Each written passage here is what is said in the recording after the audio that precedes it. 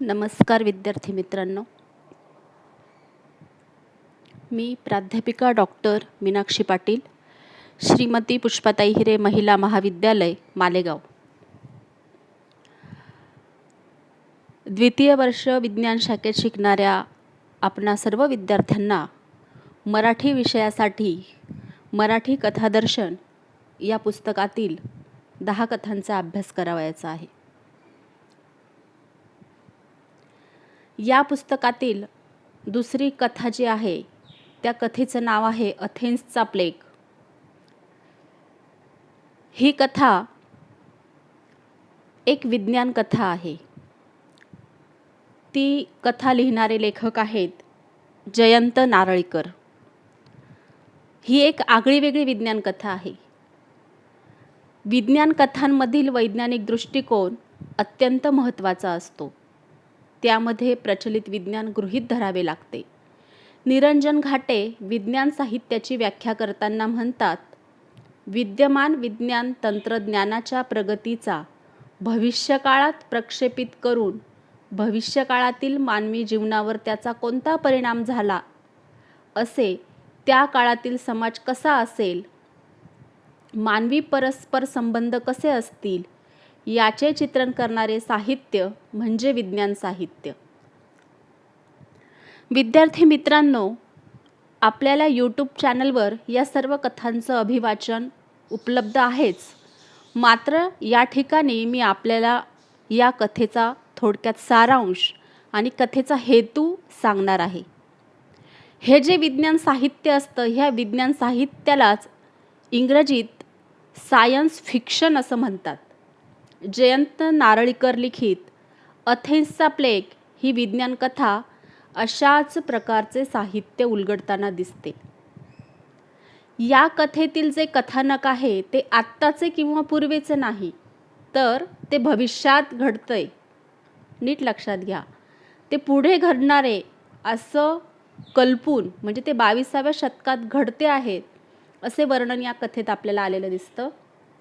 म्हणजेच आपल्या भविष्यकाळाचं वर्णन. थोडक्यात आपण विचार करतो नेहमी की भविष्यात असं होईल तसं होईल, कुठल्याही बाबतीत. तर भविष्यकाळातील स्थितीगतीचं वर्णन या कथेत आपल्याला दिसतं. या कथेमध्ये प्रमुख 3 पात्र आपल्याला दिसतात. त्या 3 पात्रांची नावं आहेत अब्दुल, राजन, विल्सन. तर हे अब्दुल, राजन आणि विल्सन हे अंतराळवीर आहेत. ते 1.5 महिन्याचा प्रवास करून कॉमेट या धूमकेतूजवळ पोहोचतात. आता कॉमेट हा जो धूमकेतू आहे त्यातून बाहेर पडणारे पदार्थ, अंतराळात जेव्हा तो प्रवास करतो तेव्हा त्यातून कोणते पदार्थ बाहेर पडतात याचा अभ्यास करण्यासाठी हे यानातून अंतराळात गेलेले आहेत. आणि ह्याच पदार्थांचा अभ्यास करण्यासाठी अंतराळ यानातून अब्दुल बाहेर पडतो आणि दोघं राजन आणि विल्सन मात्र अंतराळ यानातच असतात. आणि तो अभ्यास करत असतानाच त्या कॉमेटमधून जे विषाणू बाहेर पडतात त्या विषाणूच्या संसर्गामुळे अब्दुलचा दुःखदायक असा मृत्यू होतो. हा धूमकेतू जो आहे, हा धूमकेतू ख्रिस्तपूर्व 430 मध्ये पृथ्वीजवळ आला. त्यावेळी अथेन्स शहरामध्ये प्लेगची साथ पसरली होती. ही आधीची घटना या कथेत अभ्यासक आपल्याला शोधताना दिसतात. आता हा संदर्भ शोधण्यासाठी त्या कथेतल्या अभ्यासकांना खूप अभ्यास करावा लागतोय. किती वर्ष? तर हजारो वर्ष मागं जाऊन. आधीचा संदर्भ शोधण्यासाठी हे अभ्यासक हजारो वर्ष मागे जाऊन ग्रीक संस्कृतीचा, त्यात घडणाऱ्या घटनांचा आणि ग्रीक साहित्यात आलेल्या संदर्भांचा अभ्यास करताना दिसतात. ज्यावेळी ख्रिस्तपूर्व 430 मध्ये अथेन्सला प्लेगची साथ पसरली होती, त्यावेळी या साथीचा मुकाबला अथेन्सच्या संस्कृतीला करता आला नव्हता. त्यानंतर पुन्हा धूमकेतू पृथ्वीजवळ आल्यामुळे विषाणूचा संसर्ग पृथ्वीला होणार असतो, असा प्रश्न या कथेत आपल्याला मांडताना दिसलेला आहे. म्हणजे प्रश्न मांडलेला आहे की सध्याच्या संस्कृतीला या साथीचा मुकाबला करता येईल का? कारण अथेन्स ही प्रगत संस्कृती मानली गेली होती, त्यांना करता आला नव्हता. मग हा प्रश्न किंवा हे प्रश्नचिन्ह इथे या कथेत उपस्थित झालेले दिसते. आता सगळ्यात महत्त्वाची लक्षात घेण्यासारखी गोष्ट या कथेतून आपल्या एक अशी लक्षात येते की या कथेचा जो आशय आहे तो आज आपल्या सर्वांच्या जगण्याशी साधर्म्य साधणारा दिसतो. कारण आजसुद्धा आपण कोविड-19 ह्या विषाणूने निर्माण झालेल्या जागतिक महामारीला झुंज देतो आहोत. विचार करा, ही जी विज्ञान कथा आहे, विज्ञान कथा नारळीकरांनी 1985 मध्ये लिहिली. आज जवळजवळ ही कथा लिहून 35 वर्ष पूर्ण झाली आणि आज बरोबर 35 वर्षांनी आपण सर्व पृथ्वीवासीय ह्या अशाच प्रकारच्या एका रोगाला हरवायचं ठरवून लढत आहोत, निकराने लढत आहोत. आपल्या अनेक जवळच्या मित्र मैत्रीण आप्तेष्ट नातेवाईक घरातले अगदी जवळचे यांना अनेकांनी गमावलेलं, त्या दुःखात आपण सगळे आहोत. आणि मग आपल्यापुढे एक मोठा प्रश्न उभा ठाकलेला आहे की जेव्हा केव्हा आपल्यावर अशी आपत्ती येते तेव्हा त्या आपत्तीतून बाहेर पडण्यासाठी काय केलं पाहिजे. आणि जणू काही याचाच विचार नारळीकरांनी या कथेमध्ये 35 वर्षांपूर्वी जी कथा लिहिली त्या कथेत केलेला दिसतो. या विज्ञान कथेतून या लेखकांच्या प्रतिभेचा, त्यांच्या द्रष्टेपणाचा प्रत्यय आपल्याला आल्या वाचून राहत नाही. जयंत नारळीकर हे खगोलशास्त्रज्ञ आहेत, ते विज्ञान कथाकार आहेत. त्यांच्या कथालेखनात यापूर्वी मराठीत अद्भुत, कल्पित, चमत्कृतीपूर्ण अशा अनेक विज्ञान कथा लिहिल्या गेल्या. मात्र नारळीकरांनी विज्ञानाला मराठी साहित्यात सुप्रतिष्ठित केलेलं दिसतंय. वाङ्मयीनदृष्ट्या विज्ञान कथेला सिद्ध करण्याचा फार मोठा प्रयत्न आणि त्या प्रयत्नात यश जयंत नारळीकर यांनी आपल्याला मिळवलेलं दिसतं. ह्या कथेचं एक वैशिष्ट्य आपल्याला लक्षात घ्यावं लागेल की ही कथा भविष्यकालीन जीवनाचं वर्णन करताना दिसते. आता कथेच्या सुरुवातीलाच असं म्हटलंय की काळ्याकुट्ट अंधारातून ते आकाशयान संथपणे वाटचाल करीत होते. मात्र यानामध्ये असणारे अब्दुल, राजन, विल्सन हे तिघेही प्रचंड कंटाळलेले दिसतात. 1.5 महिना झाला होता ते प्रवास करत होते. राजन यान चालवत होता. एकदा राजन वैतागून म्हणतो, जन्मठेप पत्करली अशा प्रवासापेक्षा. त्यावेळी अब्दुल त्याला म्हणतो की तुला चालक म्हणून थोडं तरी काम आहे, मला तर तेवढंही सुख नाही. एकूणच पृथ्वीशी संपर्क तुटल्याने आणि यानामध्ये एकटेपणा असल्याने काहीसे निराश झालेले हे तिघे आपल्याला दिसतात. म्हणजे माणूस हा एक सामाजिक प्राणी आहे आणि एकटेपणामध्ये तो कसा कंटाळू शकतो याचं प्रतिनिधित्व हे तिघं आपल्याला करताना दिसतात. आता या तिघांमध्ये एक गोष्ट ठरलेली आहे की या तिघांमध्ये प्रत्येकजण एक जण 8 तास झोपेल, त्यावेळेस बाकीचे 2 जण जागे असतील. प्रत्येकजण आळीपाळीने 8 तास झोपायचा. आता थोड्याच वेळात आपण धूमकेतूच्या जवळ पोहोचू असा आनंद त्या तिघांना होत होता. अजून 105 मिनिट बाकी होते. धूमकेतूच्या जवळ गेल्यावर धूमकेतून सोडलेल्या पदार्थांचे नमुने गोळा करण्याचे काम यंत्राच्या मदतीने का होईना अब्दुलच्या वाट्याला आलेले होते. अब्दुलला आता एक आनंद होता की आपल्याला यानाच्या बाहेर जाता येईल आणि या गोष्टीचा इतर दोघांना मात्र हेवा वाटत होता की हा तरी यानातून बाहेर पडणार.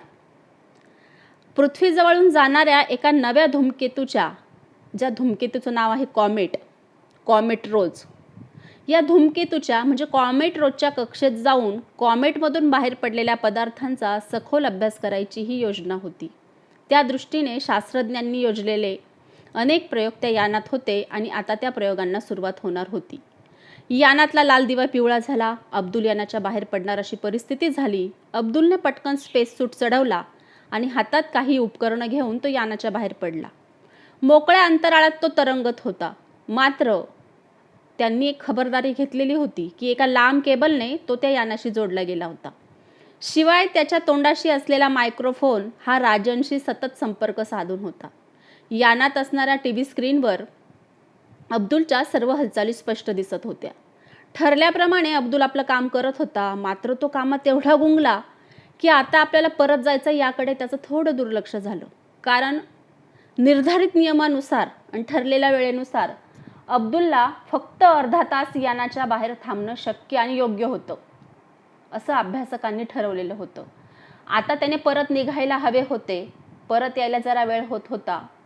आता त्याने परत यावं, पण असं करण्यात 4 ते 5 मिनिटाचा हलगर्जीपणा अब्दुलकडून झाला आणि तेवढ्यात अब्दुलला चक्कर आली. त्याच्या हृदयाचे नाडीचे ठोके भरभर पडायला लागले. त्याचं ब्लड प्रेशर वाढायला लागलं.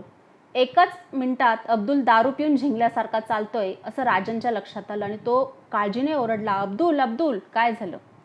तोपर्यंत तो यानाच्या कक्षेत आला होता. अब्दुल म्हणाला, मला मळमळतंय, चक्कर येते. विल्सन उठून बसला. त्याने धोका ओळखून अब्दुलला जोडलेली केबल ओढायला सुरुवात केली. झोकांड्या खात येणारा अब्दुल त्यांना दिसला. त्यांनी पटकन त्याला यानाच्या आत घेतले आणि शेवटच्या 5 मिनिटात हे सर्व रामायण घडले. इकडे पृथ्वीवर अंतराळात भीषण अपघात, अंतराळवीराचा गूढ परिस्थितीत मृत्यू, अंतराळ यात्रेकरू अज्ञात रोगाचा बळी, अशा मथळ्यांच्या बातम्या धडकू लागल्या.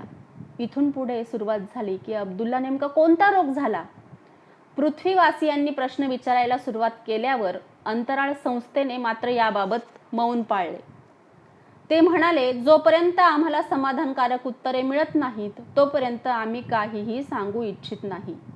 मात्र अंतराळ संस्थेच्या शास्त्रज्ञांमध्ये काळजीचं वातावरण झालं.